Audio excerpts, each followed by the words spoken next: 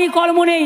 কদিন ধরে প্রধানমন্ত্রী বলে বেড়াচ্ছে না, মাইনরিটিসরা তপশিলীদের রিজার্ভেশন কেড়ে নেবে।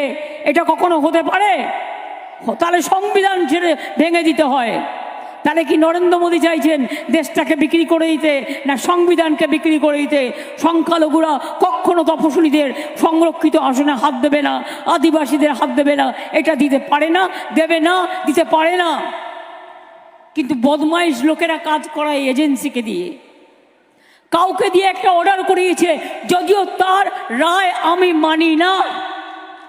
যেমন 26,000 টিচারকে যখন বাতিল করেছিল বিজেপি, আমি বলেছিলাম ওদের রায় আমরা মানি না। তেমনি বলছি আজকে, যে রায় দিয়েছে যেই দিয়ে থাকুন, নাম বলবো না, জাজমেন্ট নিয়ে বলা যায় বিজেপির রায় এটা আমরা মানবো না। ওবিসি রিজার্ভেশন চলছে, চলবে।